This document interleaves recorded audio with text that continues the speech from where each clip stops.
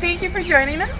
We're over here at Mud for another workshop in our Backyard Sustainability Workshop Series, and we're talking about tree pruning today with Mark Vandermeer. And if you're interested in any of our workshops in the future or want to know more about any of our programs, you can find us online at www.mudproject.org, or you can give us a call at the office at 721-7513 or email us at info@mudproject.org. Thanks for joining us and enjoy. Yep, my name's Mark, and I do ecological restoration work most of the time. And in the spring, for a month or two, we do some fruit tree pruning because working in the woods is a little sloppy, and there's nothing to put in the ground right now for our stream restoration work. So we turn to fruit tree pruning for these 2 months. And the first thing I thought we'd do is talk about tools that would be useful for you folks. Because to be honest, the tools make all the difference. So I'll just go through what we've got here, and hopefully this will be useful for you when you go out and buy stuff. And can these be rented here? That's a good question. I think they can rent some of these. Bethany, do you have these things for rent here? Yeah.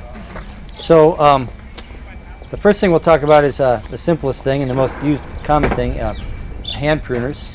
Do you all have some of these at home? There's two basic kinds in the world. These are called bypass. That's just because one blade bypasses the other. There's another one that comes down on an anvil, and those don't work so well, I don't think. I've never been able to get those to work very well. And it's really worth it to buy good hand tools. These are probably $40 or so, 40 or $50. These are Felcos. I like these real well. So you can't go wrong with Felco and a few of the other better brands. Corona's a good brand as well. And then there's when you start looking into these, you're going to start seeing that there's 100 different kinds of these, and it'll drive you insane. So the standard one, the one that most folks get, is probably this one, and it's a Felco number 2. And it's just a real nice, standard, pretty high quality. I found this one at a yard sale for 25 cents. I find these all over the place for cheap, and then I fix them up. It does take some fixing once in a while. These are the ones I use. They're a little bit bigger, but I really like them. My hands are big enough to where I can cut, something pretty good size. But if you've got smaller hands, these won't work at all, and you'll wear yourself out. They kind of hurt. Keeping these sharp and all tools sharp is super important. I sharpen my stuff probably twice a day, and it's super easy to do. I carry a little diamond stone, and all you got to do, is follow that angle, spit on a little bit, follow that very same angle like that. You only sharpen these on one side, and this will make all the difference for you. You'll save your hands. Sometimes you'll get a little burr in there, and so you just give it a single swipe on the other side flat, whoosh, like that. So you'll feel how sharp those are. Yeah, and these are the, you want them sharp all the time. And it doesn't take much to keep them that way. How fine should that be? Can you use just annual files? No. I use a diamond stone because it works fast. This is a medium coarse diamond stone. You're probably okay with the medium coarse.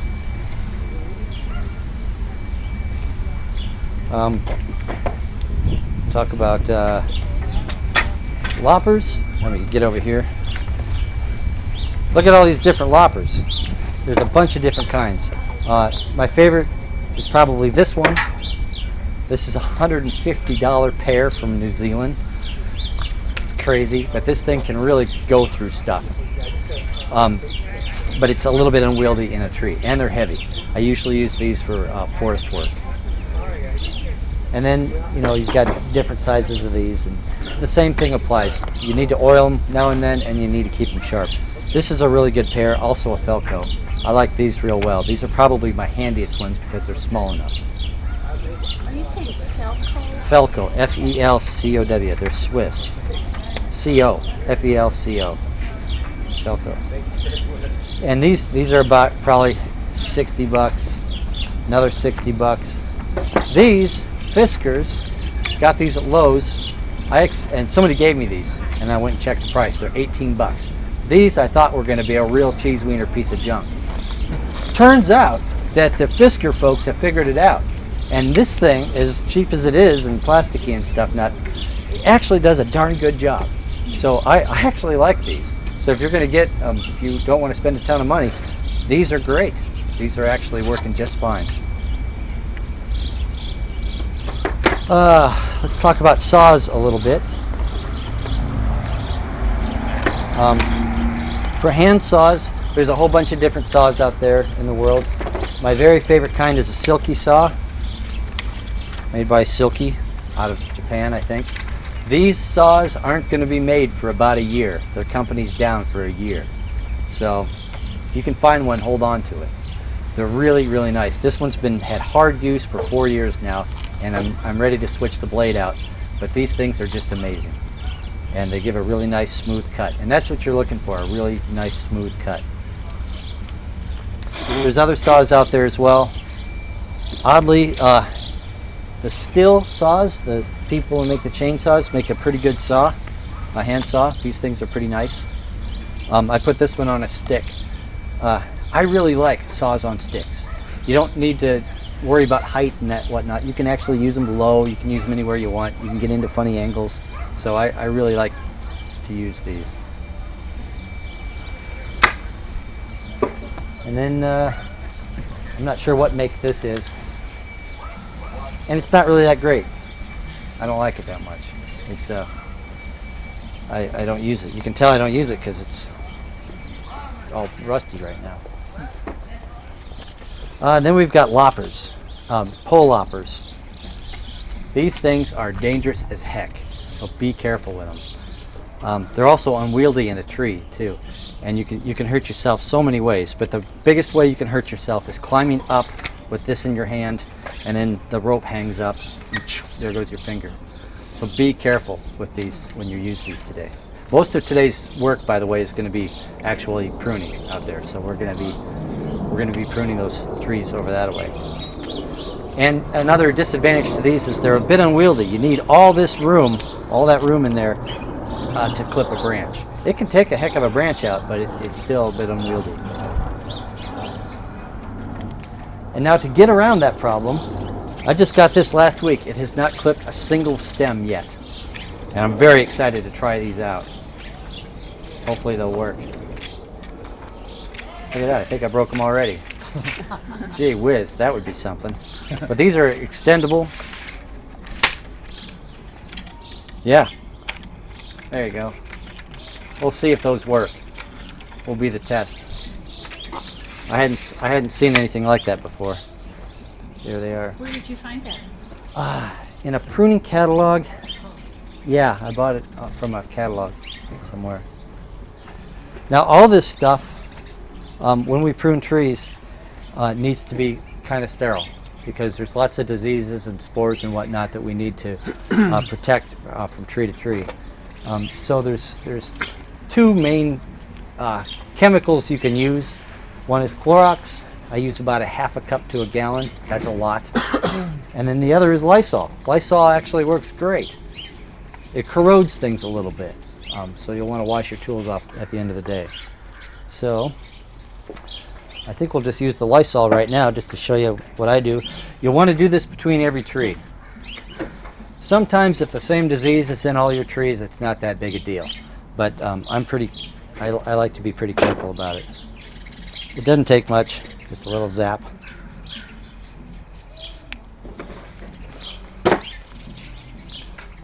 That's all there is to it.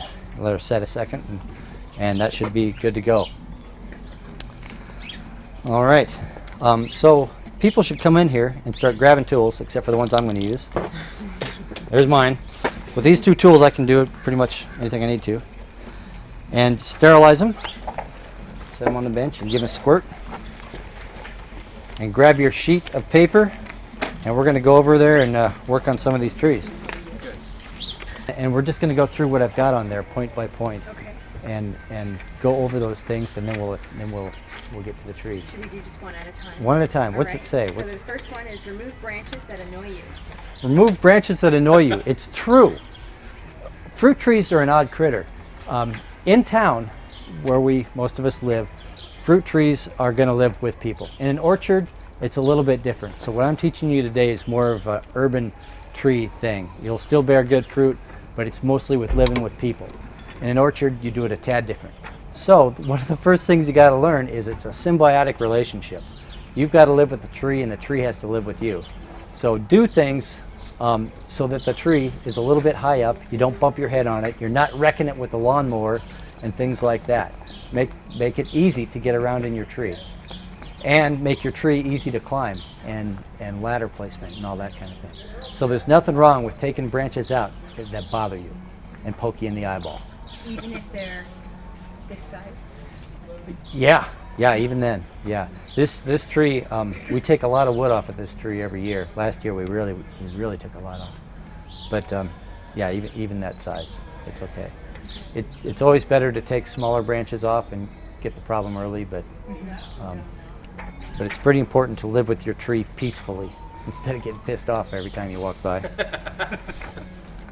All right, what's next? Okay, number 2, remove dead or diseased and dying wood. And that's pretty commonsensical. I always remove the dead stuff pretty first. And the reason is it invites fungi into the tree and infection, and you just want to get it out of there. We're going to see a little bit of that stuff here, a little bit of disease.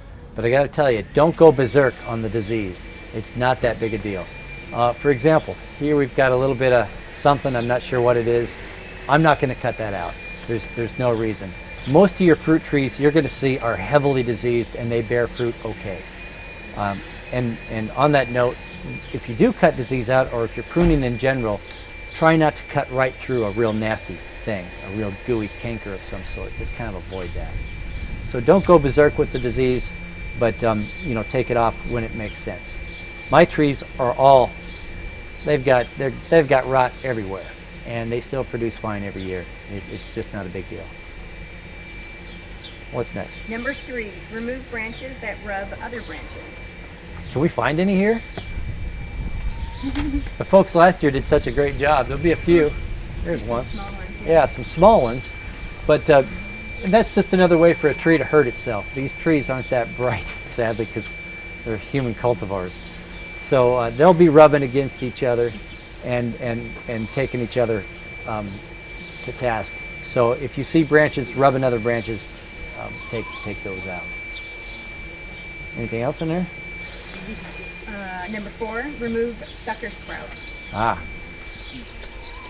Sucker sprouts are things like this or like this. These things that go straight up.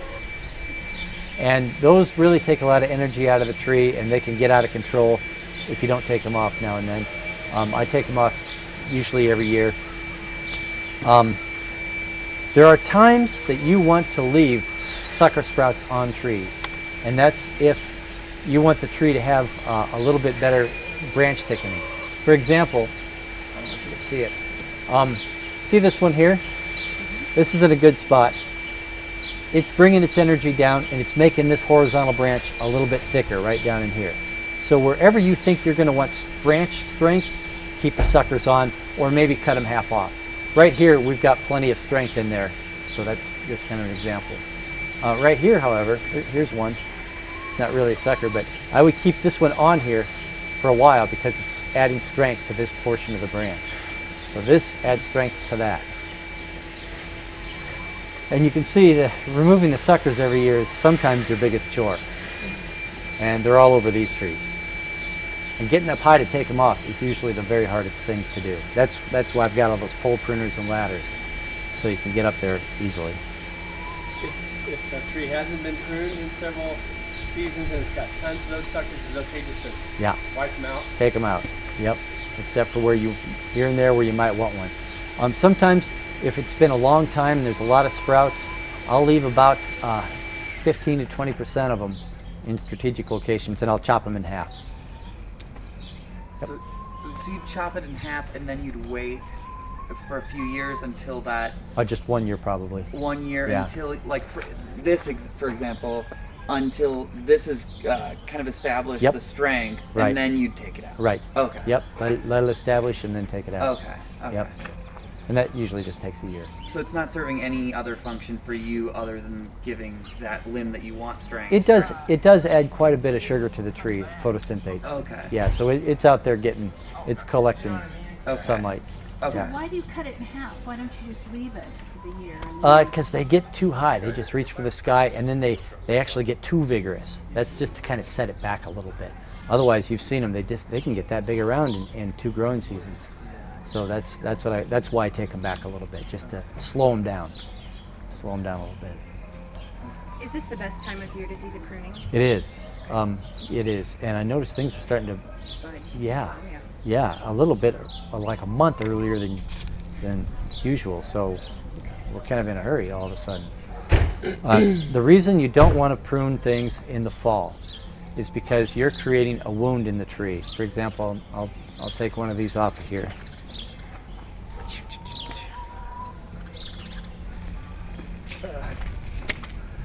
Now I've cut that right on the branch collar there. There's a little collar. That's the tissue that's going to heal over that thing, over that wound. And if we did this in the fall, you've got all winter of cold air blowing through, and it'll freeze that tissue, and it'll kill the healing tissue, and it won't heal right in the spring. So that's why we do it now. That's why we wait. That's one reason. But dead branches, should you take them out whenever you see You them? can pretty much take them out whenever you want.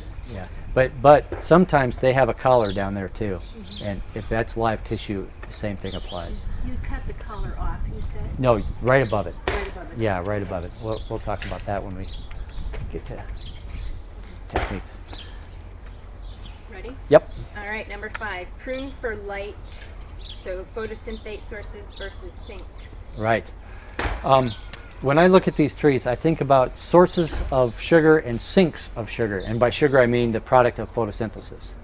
So, for example, look at this branch sitting out there. It's a big solar collector. It's, envision some leaves on there, converting the sunlight and CO2 into sugars, and adding energy to the tree. There are some places on trees where the branch is actually a sink, where it's in the shade and it's not getting much light. And it's a drain on the whole system. And those are the things that you want to take out. You don't have to take them all out, but you want to take a bunch of them out. On this tree, we probably don't have much. Well, here's an example. Look at this one. This is a sink. It's not doing much. It might produce a little fruit. It's not that much of the tree, and it's kind of pretty in there. But it's possible that this is more of a drain than it is a help. The whole branch. Yeah. So where would you take where For this one, Yeah. all the way back, all the way back. if it's okay.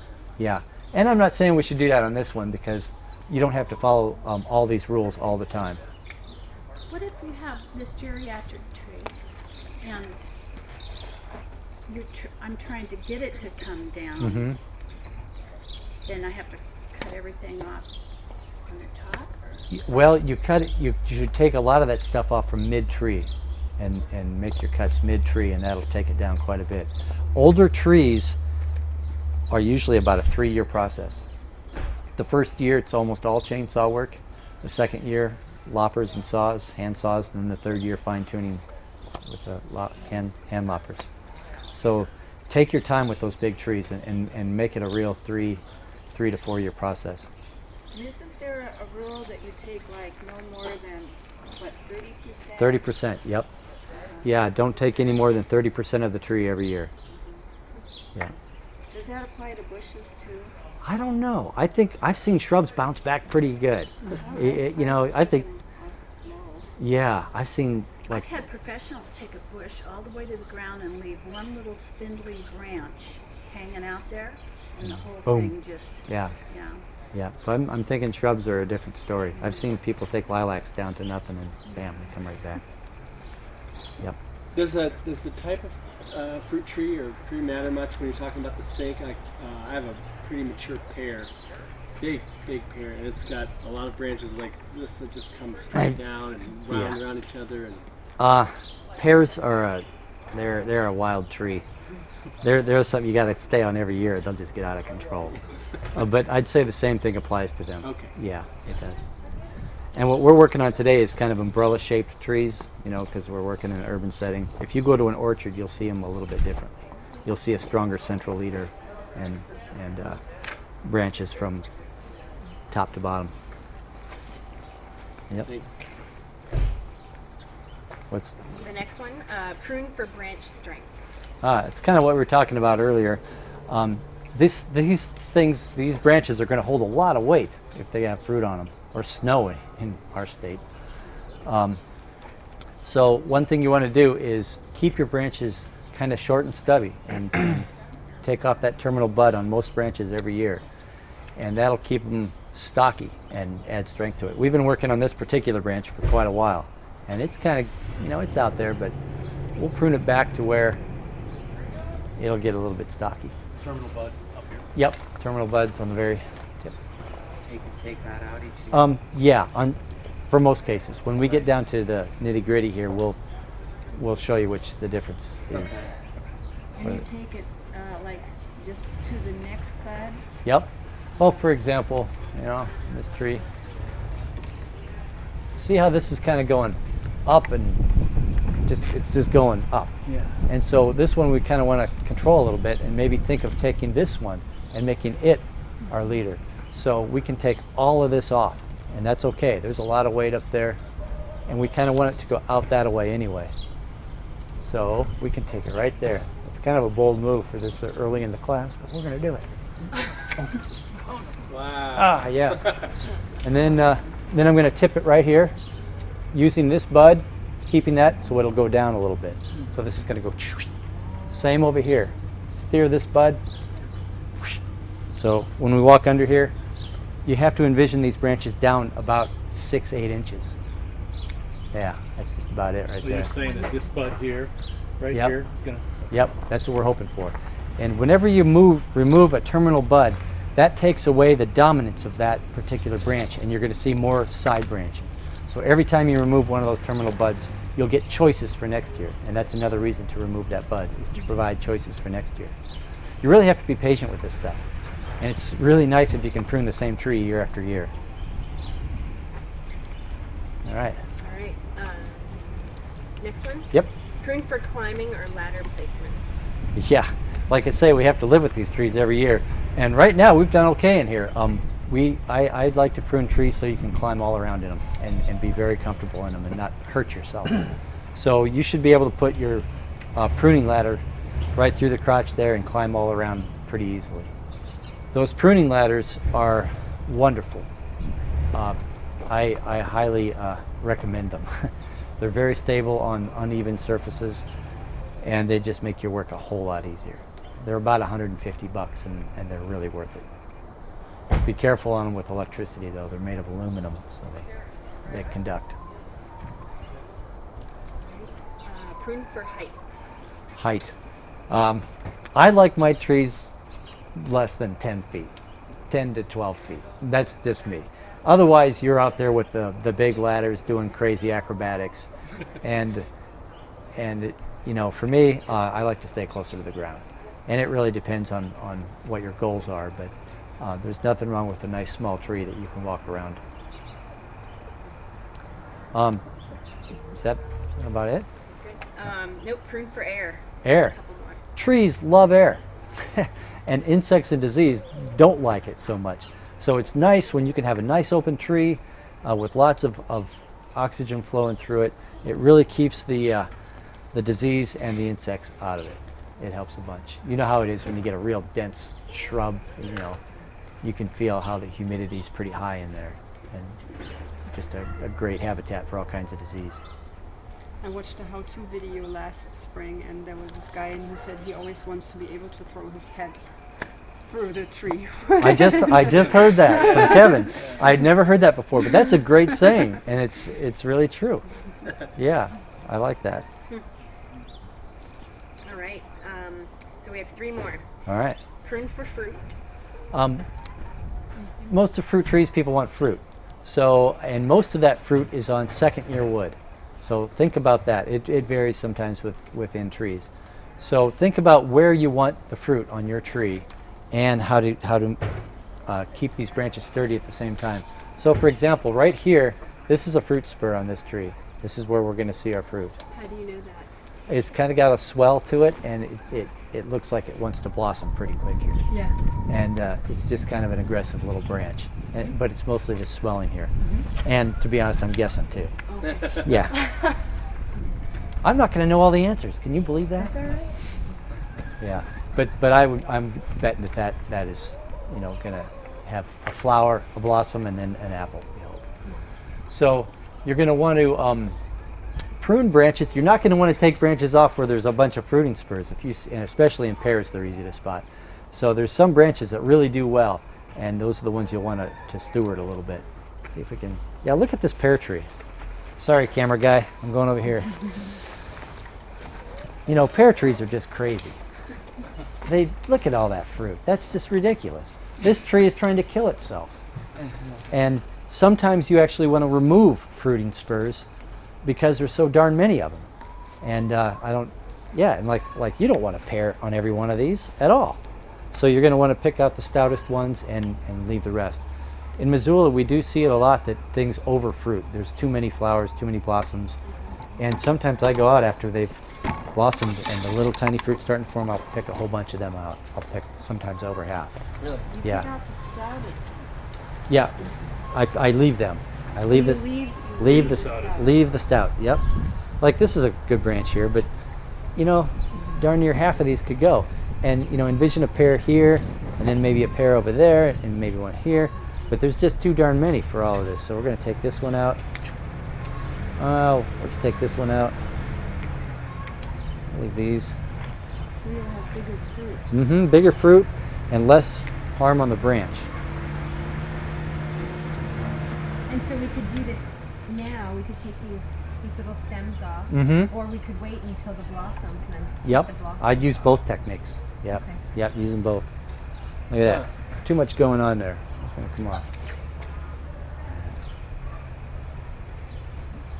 Yep. Look at that. So you can see there's just a lot going on in a pear tree. Is the main thing though to save the harm on the branch? Because I mean, last year I got over 500 pears on one little tree, and they were just like you said, just growing all together. But they were big. Yeah. Yeah. Good. And tasty. That's a great tree. Yeah. I think I'd thin them out just a little bit, but if it's, and your experience with that tree is more valuable than what I'm going to tell you. So every tree is going to be different. All right. Anything else on there? Yes. Let's see. So we just did a prune for fruit. So 2 more. Prune to guide branch direction. Oh, we talked about that a little bit, and it's a pretty important one. That's something we're all going to do. We're all going to guide branch direction, just like we talked over here. We snip that, so this bud will go that way. You know, so think about that a lot, and be patient. Take off that terminal bud and wait a while. You know, a year or even more sometimes, and then work with whatever horizontal branches the tree will give you. All right. Our last one is prune to fork branches. That's another, that's basically the same thing almost. I take off the terminal bud to make it fork and to give you more choices for the next year. And to spread out the fruit a little bit too. I do that on plum trees quite a bit. That give you more choices next year. Here you go. Like for example, we're going to snip this one. Choo. And hopefully a little branch will come here, a branch will come here, maybe one will go out there. There'll be 3 or 4 branches, and then next year we'll choose which one of those we want to be dominant. But if you leave the terminal, it'll want to. Yeah. Yep. If you leave that terminal bud, it'll just keep going straight. The hardest one's going to be all those tight. Yeah. And that's why you want those short trees. Because I don't like climbing trees much. I have a question. Sure. I just moved into a house with 3 apple trees. Only one of them produced well last year. I think it's because they just didn't get watered. Uh-huh. But they're crazy. There's branches everywhere, and I don't know. I just moved into the house, so I don't know what the second year growth is. I mean, I know what the first growth Yeah. looks like. but I don't know. Like with where the fruit wood's going to be. Mhm. Yeah, you'll know when it blooms. Right. But this year you won't have to worry about it because you've got other issues to deal with, and so you might not get to the fine tuning part of it. So I'd take care of those bigger issues first, the branches that are crossing and the height issues and all that stuff, and then leave the other stuff for another year, just because you don't want to take too much off. Yeah. But here's an example. Like here's the growth from last year right here, and on this tree it's a different color. It's red, and down here it's gray, and it's thicker and whatnot. So Oh yeah, this is this year's. yeah, last year's growth. Last year's, yeah. Okay.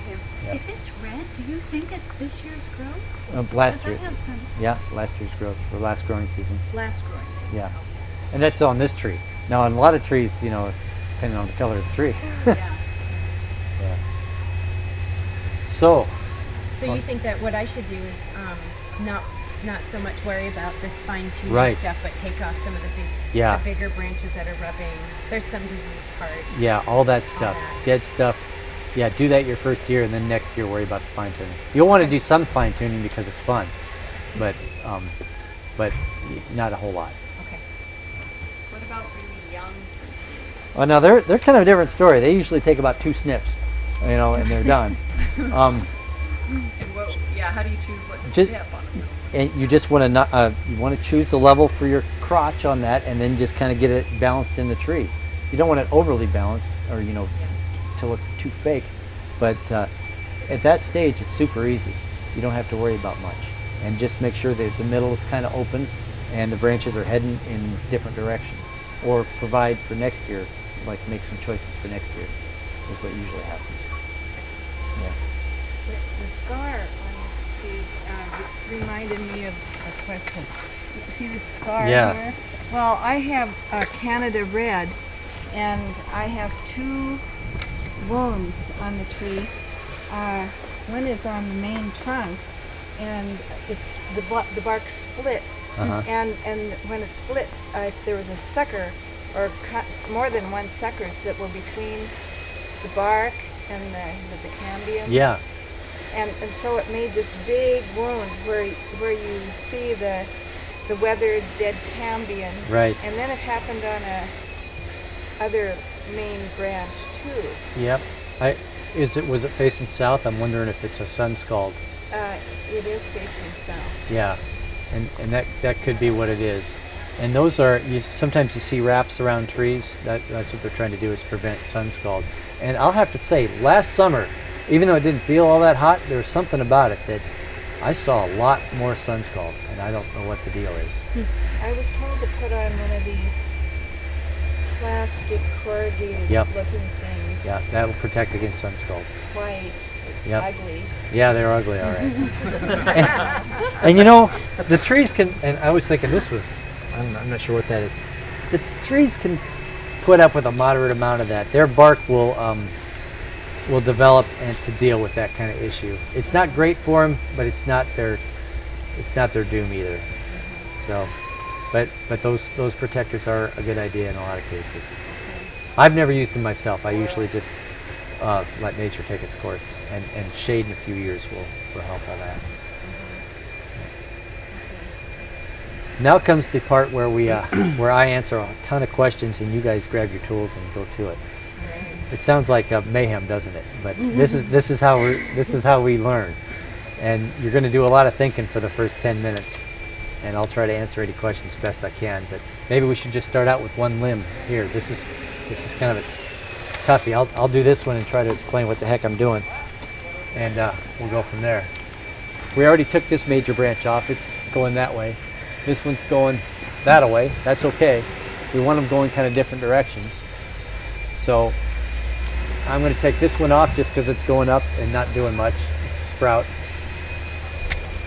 And you're taking it down real close. Not real close. Look at that collar. Okay. Yeah, take a look at where I cut that. This is a great example of where you should cut that. Right at the collar. Right above it. Yeah, just Right. a micron above that collar. Okay. Yep. And that's now last year we clipped it a little too much. See how it didn't heal that great? Yeah. So right there is a good spot. This is the one you cut earlier. Yeah. Okay. Yeah. So you left a little space. Yeah, I did. So Yeah. So that's Is that what these are? Like this right here? Is that? yeah, that's stuff we cut off last year. Yeah. All right. Yep, and we're just going to do more of that. Some of these are real hard to get to, but we're just going to clean these limbs up. The cleaner they are in here is okay, and then they get bushy out here. And that's okay. It's okay. Yeah. Would you leave these, or would they be just in the shade? I'm going to take them out. You are? Yeah, because they're in the shade and they're going to poke somebody's eye out, and they're not something we want for the long term. So a small scar this year is better than a bigger scar next year. So we'll just take those out.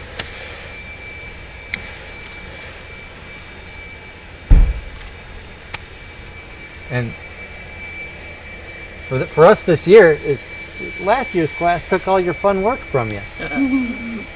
We could go over to the neighbor's house. They've got some nasty trees. You can come up to my house. Yeah, we should. I've got 3 apple trees over here. Yeah, we should do that. Okay. Yeah. Now this one here is an example of one I'm going to keep on here. This is probably going to be an apple, and this thing is going up who knows where.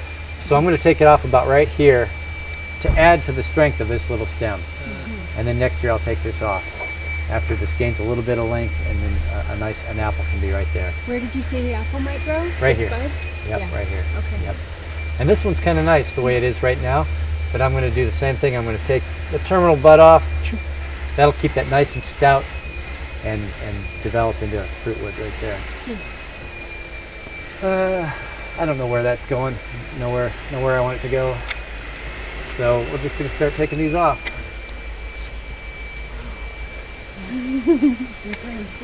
Yeah. That's okay. I was thinking you might take the whole thing. We could, but I like the shade. I like shade so much that sometimes I'm quite guilty of not taking enough off. And you know, this branch right here is kind of it's not doing much. It's kind of going to get tangled up over there. So what I think I'm going to do is cut it here. There's a bud that'll take over this space. Always look for places where it's going to go. I'm going to take this whole one off here. It doesn't matter where when you're taking the end bud off, it doesn't really matter where you cut that. It just sort of It does actually. it does? Yeah, I always have a bud. You're always dealing with a bud. above. Yeah, and so you never want to stop a branch. Let's see if I can find a bad example. But it can be anywhere on the length of the branch. Yes. As long as it's at a bud. Yes. Right. Yep. Just above the bud. Above the bud, okay. Yep. Or leave the bud on there, I should say. So it would be okay, like for this branch, that bud's very well established. So then we could cut right above there, it. yep. And we would want to choose that bud as opposed to that bud because, well, that one's just a bit smaller than that one. That's exactly that- right, though, because that's a nice vigorous bud and it's going the right direction. And what you never want to do in a tree is see stobs. Stobs are and a stob, well, this isn't a good size. Stob is where you just cut right in the middle, just straight off like that, and the bud's way back there, and this is going to be dead wood for 3/4 of an inch. Oh, that's what I thought you were doing. So Yeah, no stobs. When you prune a tree, you shouldn't be able to tell you pruned it. And I get in trouble a lot. I'll take off an entire dump truck full of branches, and the guy will say, "Well, when are you going to prune my tree?" I'm thinking, "All right, I did my job well." Then there's that Esplunker. Oh, Esplenier, yeah. Yeah. Oh, they're awful. Any They French are people here? Terrible. Yeah. They're butchers. Yeah, the Esplenier is when you make a tree go exactly where you want it, and so you'll make it follow a trellis up a. She's talking about the guys who do the power line. AS. work. Oh, Asplengi or whatever. Yeah, whatever. Yeah, those guys. I mean, they make trees go like this, and nothing in the middle at all because there's wires. Yeah, there. the wire guys they have a rough job because they stop stuff all the time. And in the neighborhoods here, don't let anyone top your trees, by the way. Too late. If some really? Oh, no. Yeah, if some joker comes by and says your tree needs topping, that's a bad thing. We'll stick to fruit trees today, but you'll see trees everywhere where they've been topped, and that is just not the way to deal with height issues. To deal with height issues, do you just take off branches so that the wind will pass through? That's one way to do it, or take them down lower mid-tree, saw them off all the way back to a main trunk, things like that. Why the mid-tree? Well, it's just you can't get out to the very tips to do your work because it's just too hard to get up there sometimes. So what happens when you take that mid?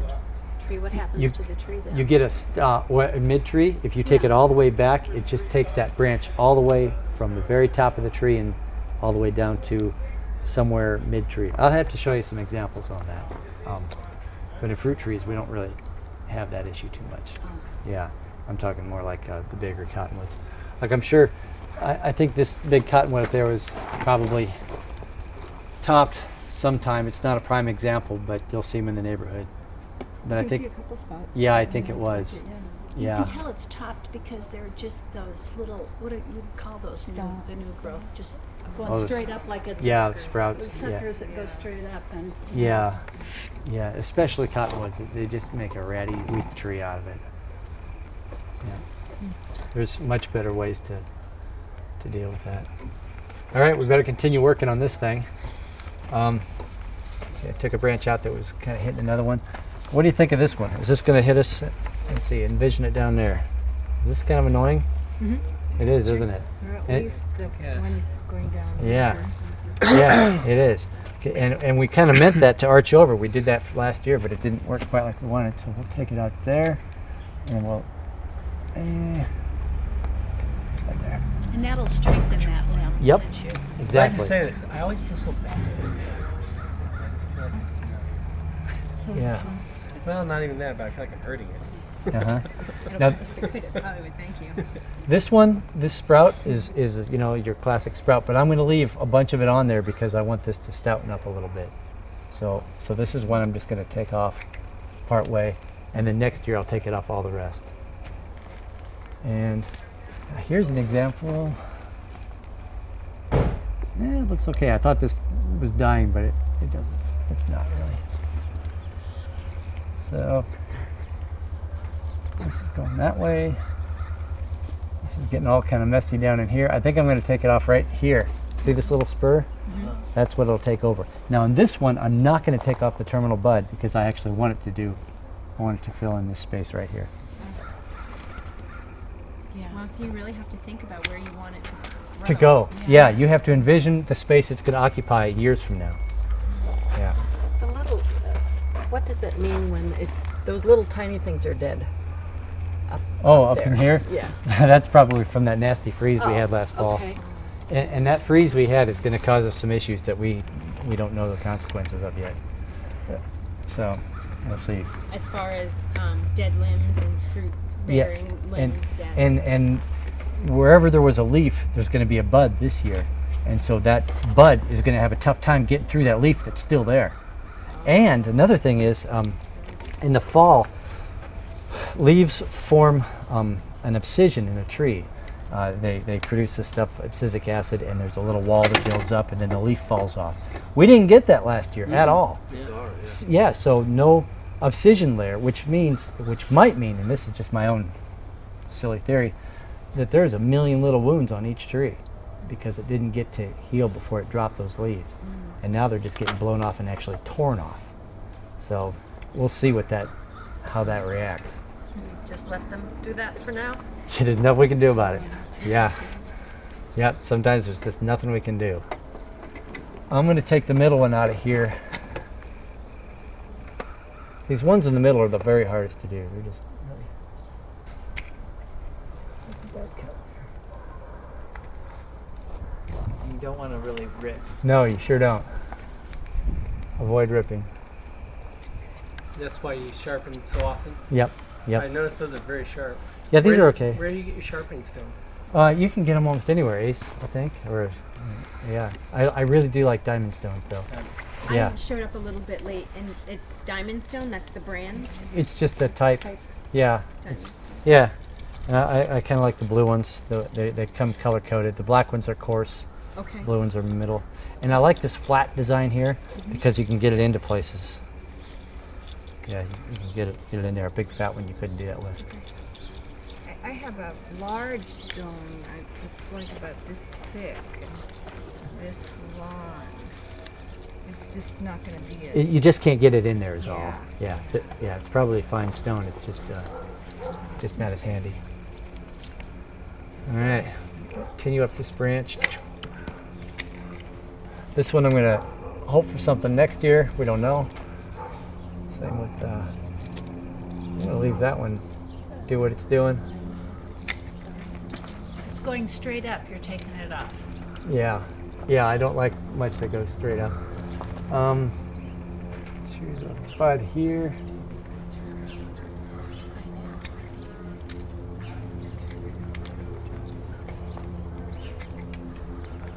Yeah, so I thinned it out quite a bit, and another test I like to do, I like to kind of bounce it up and down and see if there's any real small stems that are whipping around. I tend to take anything that whips around too much. This whole branch here is kind of an anomaly. We're keeping this on here for fun.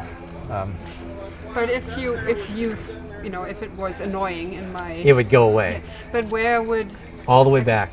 So you can't... Yes. You can't cut it like here or so? You because can't I cut had it- a dead branch once, and my husband didn't want to take the whole branch off, and he said, I can just cut it. Yeah, here, but- let's say that we did want to take this branch off. This wouldn't be the place. Okay. You would want to take it all the way back, because then you'd have this giant stub here, and that stub would be there forever. And nothing would you grow. you might get a few little sprouts, sucker sprouts back in here, but it wouldn't be. But you really wouldn't want No, them down that low anyway. you wouldn't. So. Yeah, so you should take. If this is annoying, take this branch all the way back. And since the folks last year did such a great job, we don't have any sawing to do really. But I'm going to show you how to take this limb off, but not for real. And because it's tough, you can really wreck a tree taking a limb this size off. The first thing you want to do is an undercut, and you do it out here somewhere. So you do an undercut, whoosh, couple of strokes, get it about a ½ inch deep, and then on top of it, do your rest of your cut. It'll come off, snap off. Then, now that the weight is off of it, do the exact same thing back here. Yeah, yeah, and then that'll keep it from ripping. And you want to, yep, just take that weight off of it first. And if I take a really large branch off, do I need to put something on the wound? No, nothing at all. The trees can deal with it better than we can. Yeah. It used to be that we put stuff on those wounds, but I guess research has shown that it actually does more harm than good. I cut a big branch off a maple, and it really was sapping bad, and it looked so This sad. time of year they do that, but that's a good sign. Okay. If it's oozing sap, that'll keep that fungi out of here. But you see how much different this looks right now. You know, it's a lot less whippy. You know, it's got some strength now. And this dead stuff, we just There it goes. But we don't need to worry about Right. it. It just, All right, do this to every single branch here. Would you talk about that one over there Sure. where there's just nothing but a lot of suckers going straight up it? This one? Yeah. Yeah. We have to take. I have lots of like that. Yeah, we take them all off. You take them all Every off. single one of them. Okay. Now, when you get a block like this, Yeah. sometimes you want to take it off with a saw. Thank you. Yeah. So I just leave it at the end of the branch and clear everything else off. Yep. Yep.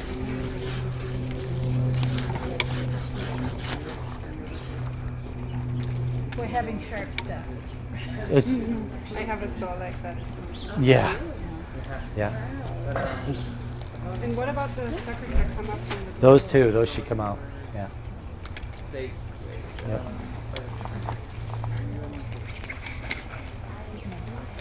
Do you have a preferred local source for your shears and things? Not really. I like Marchie's real well, if they'll have them. Karis has them too, I think. Oh, you're tackling the pear tree. This is such a tough tree. Oh, I forgot it was a pear. Yeah.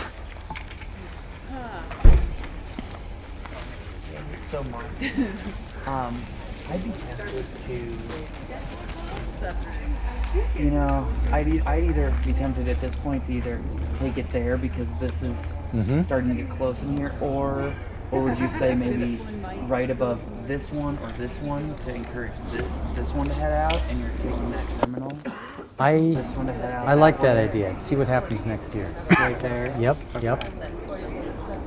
Perfect. Yep. Okay. Yep. That's all there is to it. All right. And these are kind of leggy. They're kind of whippy out here. Yeah. And I would take her back. Okay. Yeah. Would you take it right above here because No. you want it? Okay. I would take it Is this an apple tree? to right. And that one is a pear? See this bud right here? Yeah. Kind of like that one. So just on the other side. Okay. Pass these back to you. I have to go, Mark. But Okay. Thank you very much. You bet. Okay, is that all right? It's a little. It's okay actually. Okay. Yeah, there it is. Yeah. I like them a little bit more slanted. Like, Do you want it like and actually so it kind of is obtuse or obtuse as possible, or as kind of slanted as possible. Yeah. Okay. And it takes a bit to get a really nice clean cut. Right. And see how much fruit wants to grow right here? Yeah. That's a lot of action for where this is. But then this is why I always carry compass too. Carry there. Oh, Which way are we going? Right. This is south, so that's okay actually. So this side of the tree, that's okay. Right. If this was on the other side, we'd think about it. Mm-hmm. But still, I thin this out just a little bit. It's okay. Maybe just take this whole thing off. Well, see this? Yeah, I'll do this one. Okay. And I'm going to take this one off too. And the reason is a pear hanging from there is going to cause nothing but grief. A pear hanging there is good. Hanging there is good. What about this is dead? Why? See, I would be tempted personally to just nip it right there. It's just a lot of, and that wouldn't be bad actually. Okay. That actually wouldn't be bad at all. Okay. To be honest. I mean, because you're still allowing this to head out where it's going. Yeah, that's actually a good idea. I like that idea. Go for it. Should I go for it? Yep. Okay. Go for it. Okay. For the annoying ones, we should be asking people to look. Adam is this one. Okay. Nice. Yeah, and look, it looks fine. Yeah. Good. That's. I just go for. I kind of look at it and think about like intuitively, and then I kind of stop and say, is that I guess has these like more specific questions to myself, but in general, just giving it room to breathe. Exactly. Like this up here, this is kind of a mess. That's a mess. That's yeah, a mess. take care of that. And so, It's a big mess. Yeah. Okay. And intuition counts for more than almost anything else. Right. Yeah. I better make the rounds here. What'd you do? Crap. Kidding. Trying to be as dramatic as you are with your pruning. Anything here? It actually looks fine. So let's okay. say a pear came here, or I would make a choice. I would take this one or this one because imagine two pears kind of bumping together. Yeah, I'd just make a choice there. All right. And then this one, look at this one. This is going to be annoying real quick. Well, that's true. Sadly, yeah. Okay. Sorry, annoying. Yeah. That's not far down. No. Fill this space in. Okay.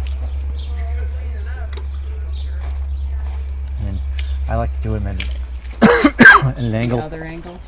Yeah, which is not much we can do now. But we'll leave it there.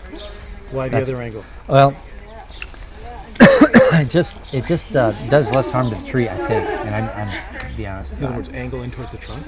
Just like this angle. Oh. Yeah, and it gives the it gives that bud more to sit on.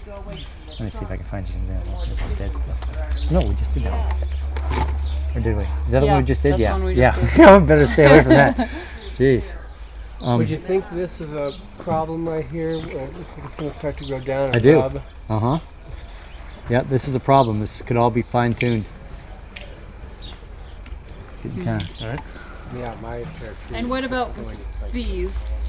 Would you cut them back, or I would. Since these look like they're going to be trees, Yeah. would you leave them? I'd cut them back in here. I'll show you that angle I'm talking about. Like, let's say we want this one to come down just a little bit and fill in this space. So I just do like that. Yeah. Because that bud will come down that way. Yeah. And hopefully form some fruit wood right there. Well, you could really take a lot of time and You could be here forever. a long time. Yeah. Yeah. So I do things a little bit differently. Okay. So I don't worry about that. Okay. But I do worry about stouting it up. I'd leave that even. That might be some fruit wood. Even though this is a sink of photosynthase, it's not that big a deal here. It would be better to take the ones off the top.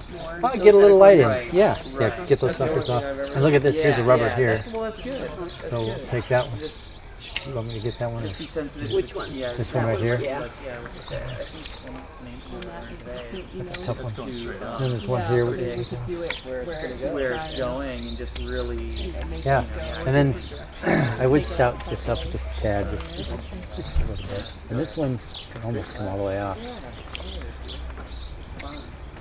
And then those going up. Yep, those Would all they come all off. All of them, yep. This makes a nice little sub canopy here, just for aesthetics. It's nice. Look at Do this. you worry much if when the trees are growing into each other like Yeah, that? these trees used to be a real mess, and they were strongly intertwined. So we separated them out quite a bit. And you can do that. Like, look what we did here. That branch has a space in that tree. You know, it's not an ideal situation, but it's what we've got here, right. and it's working fine. The great soil here makes up for everything else. These trees just love it here. Oh boy, did you ever? Okay. Let's get those ladders over here. Oh, this isn't as steady as I thought I was going to say. This is really steady. You're gonna love those ladders. Should I? Yep, Saw this. I would. There you go. You know how to find us. Adam, could you bring a ladder over? I would take out some more of the suckers, and yeah, like I like this one that you left. Actually, I like all these that you left because of what you're up to, keeping that strength in there. This one is fat enough down in here, so I'd take that one off. Oh yeah? Yeah, that's a nice, strong branch right in that region, so it's done with its need. Yep. Yep, almost all the sucker sprouts come off, except for where very strategic for branch strength. Can you leave that one? Maybe cut it down? I'd cut it down, and then you have to come back next year and take it off, or people are going to make fun of me for having a badly pruned tree. So what are you teaching those people? Yeah. So things are getting a little crowded in here, and I would remove some of that. You would. Yeah, like I'd stout it right up, even take it down to there, and maybe down to here. We were going to leave that on for next year, to keep the strength, to add strength to the branch. Mark. I would leave that. You bet. Bye. And then I'd stouten this one up to about right there. Keep that line. Yeah. And then over here, last year, these branches used to come down and just annoy the hell out of this garden. So we don't want that to happen again. We want to keep the problem in check the whole time. Because people with gardens and people with fruit trees, they're two different kinds of people. And they'll do things to this tree when we're not looking. So we want to take care of the issue before it happens. Okay. Just like you're doing. I love pruning so much, I just can't stop. Do we need to cut them all back before we take the fence down? It won't help taking the fence down. Taking the Still fence. have to protect it. Yeah, but aspen trees are made to be. You can prune those. Yeah, I prune those right off. Okay. Yep. And then if you take that fence down, a buck will come in and rub the heck out of it. What part of town do you live in? A little better up there. Aspen trees in town have a horrible problem with the aspen wood borer. You know the other thing. And I had less than 2 blocks from 3 blocks. I've got about 1,000 aspens that all died. My whole yard is full of them. And when they get about that big, the aspen borers get them. But you can protect against that if you want by using this insecticide that you buy at Lowe's. It's made by the Bear Aspen Company. And you mix it with water and pour it around the roots. So it's an underground insecticide. So it can be nasty stuff. The tree will take it up, and anything that tries to bite into it succumbs. Yeah. I let mine die, all of them. Yep. And luckily, I had a subcanopy of box elder coming in, the best tree in town.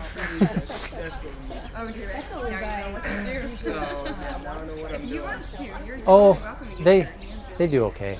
Yeah, and they're surprisingly drought tolerant. But yeah, usually they're around the bigger river systems on the other side of the divide. But they do okay. They're such a great tree. Yeah, they're only on the east of the divide. Yeah, native, you know. I don't mind having them over here just because they're such a tough tree. They can deal with any problem. And they can prune really well. You can have horizontal branches going 30 feet. Yeah, and the shade is great. Well, this is more of a tip back job than anything. I think I'd take half of Basically, this you're off. trying to get a thicker branch here? Yep. And this one's a good one to keep it thicker, so about halfway off on that one. All right. And that's one we'll take off all the way next year. Okay. And then the other two up there, I just tip them back and directionally have a bud that points the direction you like. All right. All right, I'm thinking you might want to make kind of a bold move and take it off. You could take it off somewhere crazy. Like, let me get the saw, show you. Because it's kind of crowding the middle of a tree up a little bit. You might want to take it off right there. And then make That one? Yep. I told you you'd like that ladder. Look at you. It's really tall. And you're only like, you're on step number 4. You got 6 to go. Okay. The thing to know about apricots is they're prone to some funny diseases, and you want to wait till just before they blossom to prune them. Yeah. And then they can do some neat stuff. They actually take a pruning pretty well. And I prune them basically like an apple, but they'll respond differently. So kind of hollow in the middle, and yeah. How are we going to get all 3 of these trees done at this pace? I don't know.